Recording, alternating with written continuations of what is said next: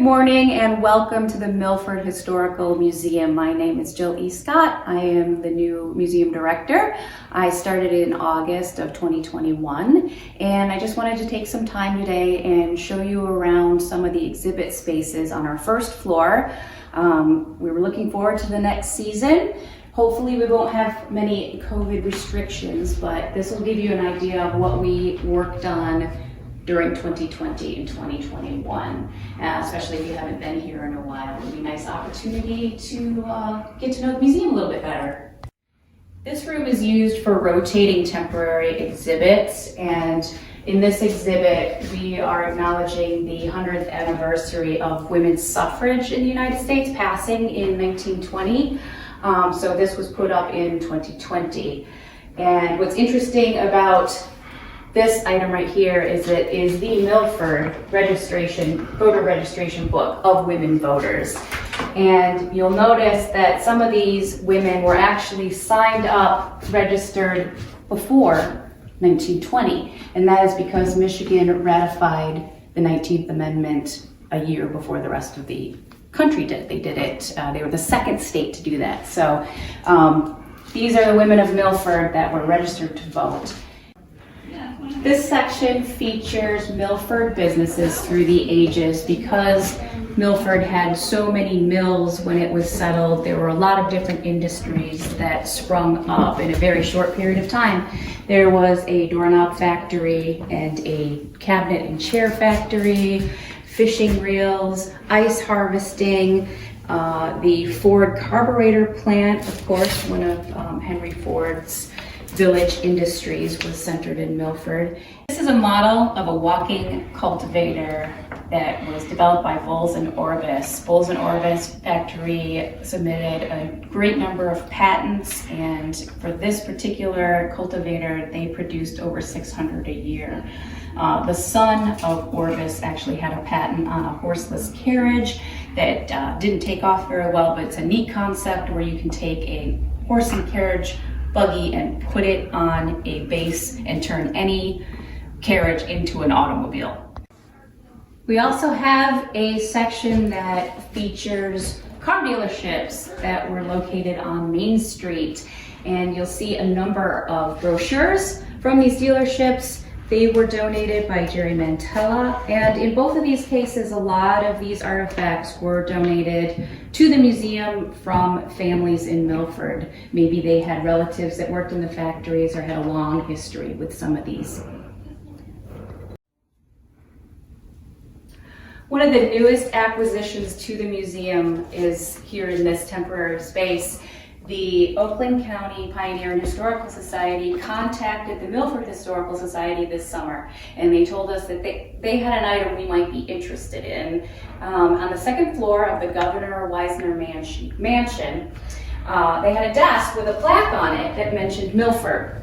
It says, "Desk of Isaac Pratt Jackson, 1824 to 1886, founder of the Milford Times, presented by his granddaughter, Margaret Romastic." And that was not a part of their collection. It had never been formally accessioned into their collection, so they couldn't find any information on it. So we got together, we picked this item up and brought it back home. And what we think happened is that Margaret Romastic had intended to donate this to the Milford Historical Society, but somehow it got lost in time and ended up spending about 50 years in Pontiac instead. So this desk was Isaac Pratt's desk that he used while he was editor and owner of the Milford Times in the late 1870s. And here he is right here.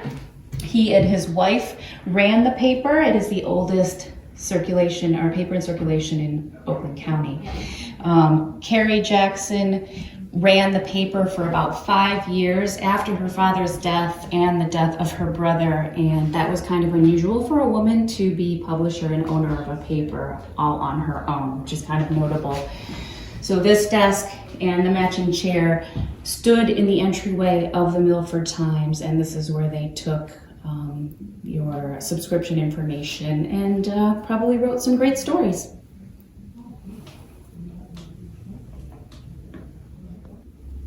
Next, I'd like to show you the museum store that was set up during COVID lockdown. in the store we have a number of items that are related to Milford history. There are a lot of books that are published on Milford history and just some gift items like note cards and these tiles, which are really pretty. Recipe book for the Mary Jackson house. We also have about 140 different old photographs that you can have printed. And we also have some early Milford maps. And then this section over here is, it has items that were made by society members for sale here in the museum.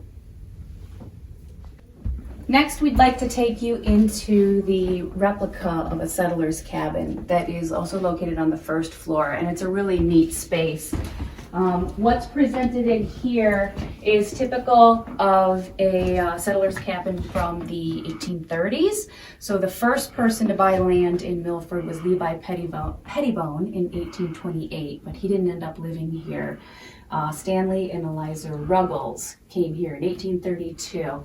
So the settlers came with very portable, light, temporary things with them, not a lot of heavy glass or metal. So everything in here was meant to just sort of like set up a dwelling that is temporary, clear the land, build a cabin, plant crops, and then by 1900, none of these cabins were left because everyone upgraded to a more stable house. In this cabin, the fireplace is the centerpiece, and the items that we have surrounding it are typical useful items that you would have in a kitchen space to cook your food and light your cabin as well. Rounding out the first floor of the building at the museum's entrance, we have an 1856 Pratt map. There are only about 5 of these, the originals, that survive, and this is the entirety of Oakland County in 1856. It was also restored by the Detroit Institute of Arts, and you can see the condition it used to be in. So this is a very unique item. And also, we have part of the post office in Milford, the original post boxes. So there are a couple different post offices in Milford. One was in a cabin like we saw earlier. That's where they started out. Then they moved to a building in 1906. It was much larger.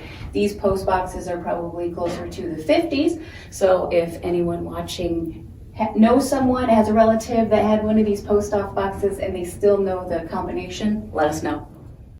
Thank you for joining us today on this brief overview of some of the exhibit spaces on the first floor. The next video will feature our exhibits on the second floor. Some of these exhibits down here might get updated and changed as we head into the season for 2022, and we plan to open on May 7th. So hope to see you then.